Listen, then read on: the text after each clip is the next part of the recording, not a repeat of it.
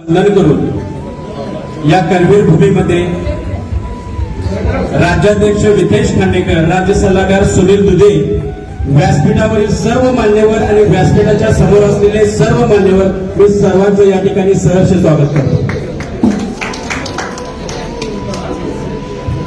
खरं तर कोल्हापूर जिल्ह्याला हा मीटिंगचा मान देऊन आपण कोल्हापूर जिल्ह्याचा मान वाढवलेला आहे हे या ठिकाणी मला नमूद करायला पाहिजे. आज ज्या भूमीमध्ये मीटिंग होत आहे ती भूमी खास आहे, ती भूमी ऐतिहासिक आहे. भालजी पेंढारकरांचा सुद्धा हा जिल्हा आहे, बाबूराव पेंटर सारख्या चित्रकारांचा हा जिल्हा आहे, रणरागिनी तारा राणींचा हा जिल्हा आहे. ज्यांनी शौर्याचं प्रतीक म्हणून आपण ज्यांना ओळखतो त्या संताजी घोरपडेंचा सुद्धा हा जिल्हा आहे. एन.डी. पाटील, गोविंद पानसरे सारख्या पुरोगामी विचारवंतांचा हा जिल्हा आहे. ज्या राज्याला आणि देशाला पुरोगामी विचारांचं बाळकडू ज्यांनी दिलं त्या छत्रपती शाहू महाराजांचा हा जिल्हा आहे.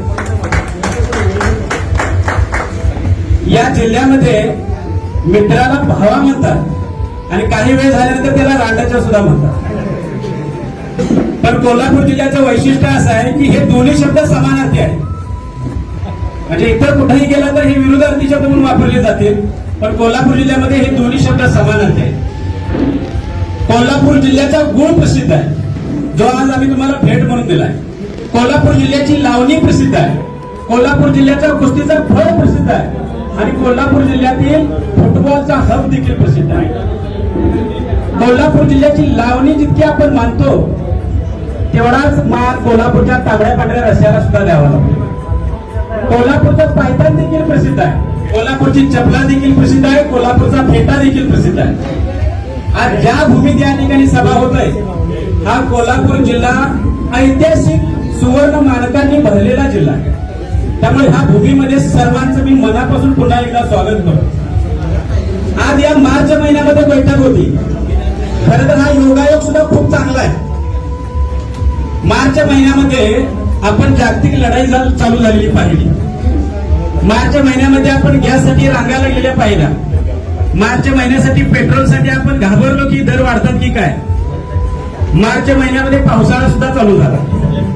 मार्च महिन्यामध्ये हिवाळा सुद्धा आहे आणि मार्च महिन्यामध्ये उन्हाळा सुद्धा आहे. मार्च हा खास आहे कारण याच दिवशी 1920 मध्ये 22 मार्च 1920 मध्ये माणगावची परिषद झाली. ते माणगाव ठिकाण सुद्धा कोल्हापूर जिल्ह्यातच आहे. आणि आज आपल्याला मानावं लागेल की महाराष्ट्र राज्य जुनी पेन्शन संघटनेची ऐतिहासिक सभा होत आहे ती सुद्धा 22 मार्च रोजीच होते आणि कोल्हापूरच्या भूमीतच होते. हे एक खास वैशिष्ट्य आहे.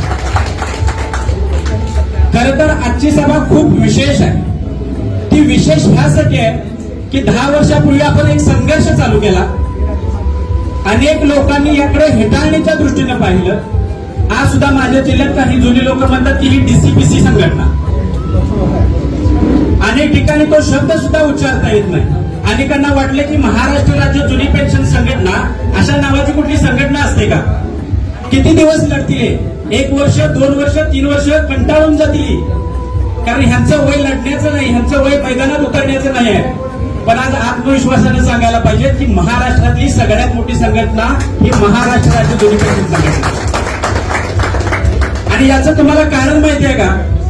मी गोंदियावरून जिल्ह्याचं राज्याचं नेतृत्व करणारा राज्याध्यक्ष वितेश खांडेकर यांना पाहतोय. मध्यवर्ती राहणारे गोविंद उगले जे महाराष्ट्राला सांभाळताना मी पाहतोय.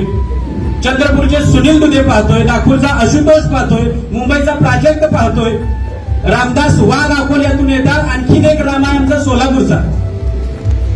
आदरणीय मामांना अखंड महाराष्ट्र मामा म्हणून ओळखतोय. विनायक चौधरी सारखा अभ्यासू व्यक्तिमत्व आपल्याजवळ आहे. म्हणजे हे सगळे फक्त माणसं नाहीत, ते एक विचार आहेत आणि ती एक वेगळी संघटना निर्माण करू शकणारी व्यक्तिमत्व आहे. आज उल्लेख जाणीवपूर्वक करायला पाहिजे. आज आमचे सांगलीचे जिल्हाध्यक्ष अमोलदादा आमच्या सोबत आहे. आज साताऱ्याचे जिल्हाध्यक्ष, पुण्याचे जिल्हाध्यक्ष, आमच्या पश्चिम महाराष्ट्रातील सर्व टीम, सागर दादा, सगळ्यांचं मनापासून या ठिकाणी स्वागत आहे.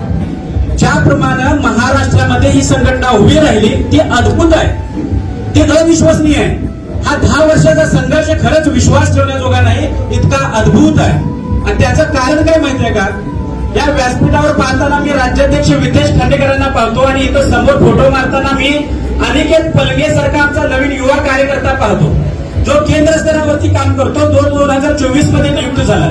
ज्यावेळी एखाद्या राज्याचं शीर्ष नेतृत्व आणि केंद्र स्तरावर काम करणारा कर्मचारी एकाच ध्येयानं प्रेरित झालेले असतात, त्यावेळी हा अद्भुत लढा उभा राहतो. आज देखील उल्लेख करायला पाहिजे माझ्या जिल्ह्याचा, जिथं चंदगड पासून शामूवाडी पर्यंत आणि राधानगरी पासून शिरोळ पर्यंत हा पसरलेला जवळजवळ 200 किलोमीटर परिसर एरिया असलेला हा आमचा जिल्हा. पण सगळे एक मुखानं एक दिलानं काम करणारी मंडळी आहेत. म्हणजे नावं घ्यायला गेलं तर कुणाच तरी नाव राहून जाईल, एखाद्या त्या माळेच्या मण्यामधून एखादा मणी राहून जाईल, म्हणून नाव कुणाचं घ्यायचं. म्हणजे इथं बसलेला आमच्या अमर वरोटे, म्हणजे जगात अमरपट्टा घेऊन कोण जन्माला आलं नाही असं आपण वेळा म्हणतो. पण मी अभिमानानं जिल्ह्यात सांगेल, राज्यात सांगेल की माझ्याकडे अमर वरोटे आहे, जो अमरपट्ट्यापेक्षा कमी नाही. इथं संतोष गायकवाड सर बसले, इथं विजय रामाने सर बसलेत, बाबूराव कांबळे सर बसलेत, निलेश बसलेला आहे, प्रमोद बसलेला आहे. असंख्य आमची मंडळी आहेत ज्यांनी गेली 10 वर्ष प्रचंड कष्ट या संघटनेमध्ये ओतलंय, प्रचंड निष्ठा या संघटनेमध्ये ओतलेली आहे. आणि म्हणून हा अवाढव्य झालेला आपला वटवृक्ष आपल्याला पाहायला मिळतो. खरं तर आपण सातत्यानं पाहतोय की एखाद्या सभागृहाची उंची कधी वाढते, एखाद्या सभागृहाची उंची कधी वाढते. त्या सभागृहात बसलेली मंडळी ही खूप मोठ्या उंचीची असतील तर त्या सभागृहाची उंची वाढते. आज आम्हाला अभिमानानं सांगावं असं वाटतं की करवीर नगरीमध्ये ही जी मीटिंग होते, या सभागृहाची उंची तुमच्या सगळ्यांच्या उपस्थितीनं वाढली. तुम्ही आलात, आम्हाला हा स्वागताचा मान दिलात, हा आमच्यासाठी खूप सौभाग्याचा, भाग्याचा क्षण आहे. कोल्हापूरचं एक परंपरा आहे, कोल्हापूरचा एक बाणा आहे आणि तो बाणा 2015 पासून आपल्याला ह्या संघटनेमध्ये दिसून येतोय. म्हणजे प्रत्येक संघटनेचे काही चांगले दिवस असतात, प्रत्येक संघटनेचा काही वाईट काळ सुद्धा असतो. हा आपल्याही संघटनेच्या वाटणीला आला. 2021 साली राज्यभरात आपले काही सहकारी, जे आपली जीवाभावाची माणसं होती, ती संघटनेपासून दूर झाली आणि त्याच्यामध्ये कोल्हापूर जिल्ह्यातून सुद्धा आमची काही मंडळी होती जी आमच्या संघटनेपासून दूर झाली. आज घडीला अभिमानानं सांगायला पाहिजे, जिल्हाध्यक्ष या नात्याने मी अभिमानानं सांगतो की आम्ही एक ही वीट यात कोल्हापूर जिल्ह्याची ठळू दिली नाही, हलू दिली नाही.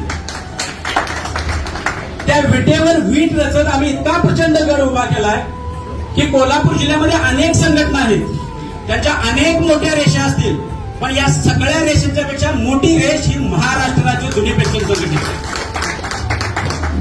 आज महाराष्ट्रामध्ये कुठलंही तुम्ही आंदोलन घेतलं, कुठलाही मोर्चा घेतला तरी कोल्हापूर जिल्ह्याकडून आपल्याला तितक्याच ताकदीची ताकद आम्ही देण्याचं काम केलंय. तुम्ही म्हटलं डोक्यावरची केसं काढायला पाहिजेत, मुंडन आंदोलन करायला पाहिजेत, कोल्हापूरचे कर्मचारी त्या ठिकाणी हजर होते. तुम्ही म्हटलं पेन्शन दिंडी काढायला पाहिजेत, मुंबईमध्ये त्या ठिकाणी कर्मचारी हजर होते. तुम्ही म्हटलात की आपल्याला आक्रोश मोर्चा काढायला पाहिजे, तो आक्रोश व्यक्त करायला कोल्हापूर जिल्ह्यातील कर्मचारी आहेत. तुम्ही म्हटला की घंटानाद आंदोलन करायला पाहिजे, सर्वात महाराष्ट्रामधली मोठी घंटा घेऊन आम्ही त्या ठिकाणी कोल्हापूर जिल्ह्यामध्ये हजर होतो. जितक्या प्रकारची आंदोलनं तुम्ही घेतली त्या सगळ्या आंदोलनाला कोल्हापूर जिल्ह्यातून खूप मोठ्या प्रमाणात प्रतिसाद मिळाला.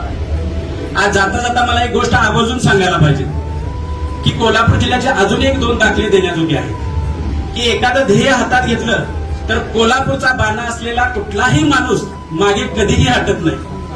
या कोल्हापूर जिल्ह्यामध्ये पावनखिंड सारखं एक ठिकाण आहे, जोपर्यंत राजा गडावर पोहोचत नाही तोपर्यंत पावनखिंड लढत ठेवायची, हे कोल्हापूरचे संस्कार आहे.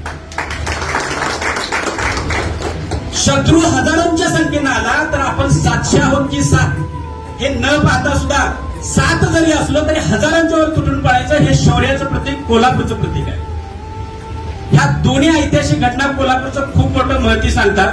आणि मी आज तुम्हाला अगदी आश्वासित करू इच्छितो की जोपर्यंत जुनी पेन्शन जशी आहे तशी मिळत नाही तोपर्यंत कोल्हापूर जिल्हा ह्या प्रतीकांचा आणि ह्या स्वाभिमानी प्रतीकांचा या पुढच्या काळात सुद्धा तुम्हाला ताकद देण्यासाठी वापर करत राहील.